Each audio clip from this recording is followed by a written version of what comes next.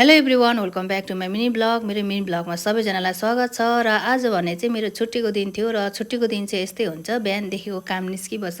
आजकल चाहिँ यतातिर पनि 2 दिन छुट्टी भएर चाहिँ एकदमै सन्चो हुन्छ, अलिक मजाले रेस्ट गर्नु पाउँछ। एक दिन चाहिँ मजाले काम गऱ्यो भनेदेखि चाहिँ अर्को दिन चाहिँ रेस्ट गर्नु पाउँछ। र तर रेस्ट भन्दाखेरि पनि त्यस्तै हो, सानोतिनो काम त निस्कि नै हाल्छ र भित्रको काम बाहिरको काम हामी दुईजनाले नै गर्नुपर्ने भएकोले गर्दाखेरि चाहिँ के काम निस्किहाल्छ। र स्याटरडे चाहिँ सबै घरको कामहरू सक्छु जसरी भए पनि भनेर चाहिँ म चाहिँ जति सक्दो स्याटरडे चाहिँ सबै कामहरू सक्ने कोसिस गर्छु। र त्यही हो मेन काम भनेको चाहिँ लुगा धुने काम। र माथि छतमा गएपछि फेरि फुलहरू स्याहार्ने कामहरू त भइ नै हाल्छ। र मिसिनमा हाल्ने लुगा अलग्गै छुट्याएँ र यता चाहिँ यो चाहिँ हातले धुने पर्ने लुगाहरू हो। अनि स्कुलको लुगा चाहिँ जति मिसिनमा हाल्दा पनि मजाले हाल्दाखेरि नै राम्रोसँगले जाँदैन, त्यही भएर चाहिँ मजाले धिकै मर्दैन, त्यही भएर चाहिँ हातले नै धुनुपर्ने हुन्छ। अनि माथि गएर चाहिँ यो जिरेनियमलाई एकछिन मसार मुसुर पारेँ।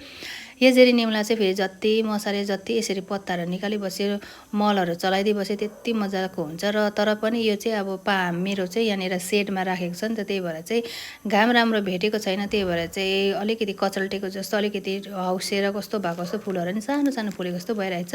अनसिजनले गर्दाखेरि पनि होला, तर यो फुललाई म कोही बेला यसरी बाहिर निकाल्छु घरमा बसेको बेलामा। तर हावा भने यति डरलाग्दो चलिरहेको छ भने नि, यहाँनिर गमलाहरू ढालेर लुगाहरू झारेर किसिम किसिम भइरहेको छ। हावा पनि यस्तो डरलाग्दो चल्छ भने नि, साउनै हुरुरु हुने खालके यहाँनिर हावा चलिरहेछ। अनि त्यही हो, अब बाहिर पनि एकछिन निस्किनु पर्ने, बाहिरको काम पनि भइरहेको हुन्छ, भित्रको काम बल्ल बल्ल सकेँ। अनि बाहिर चाहिँ जाने काम थियो मेरो र आदर्शको, उसको काम पर्दाखेरि नि म नै जानुपर्ने हुन्छ, किनभने अब उसलाई नि अल्छी लाग्छ र एक्लै हिँड्नु। अनि मेरो काम पर्दाखेरि नि ऊ नै जान्छ र त्यही भएर चाहिँ हामी दुईजना नै प्रायः जस्तो दुईजना नै निस्किन्छौँ कामको लागि।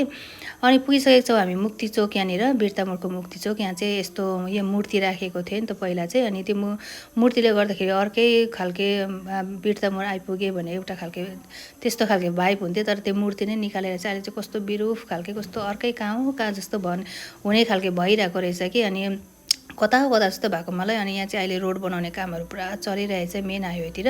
अनि बिर्तामोड जानुको लागि नि सधैँ त कति छिटो पुग्थ्यो, तर अहिले चाहिँ एकदमै टाइम लाग्छ, त्यही भएर चाहिँ हामी चाहिँ सर्टकट बाटो जान्छौँ। अनि यो चाहिँ हो भद्रपुर साइड टु रोड।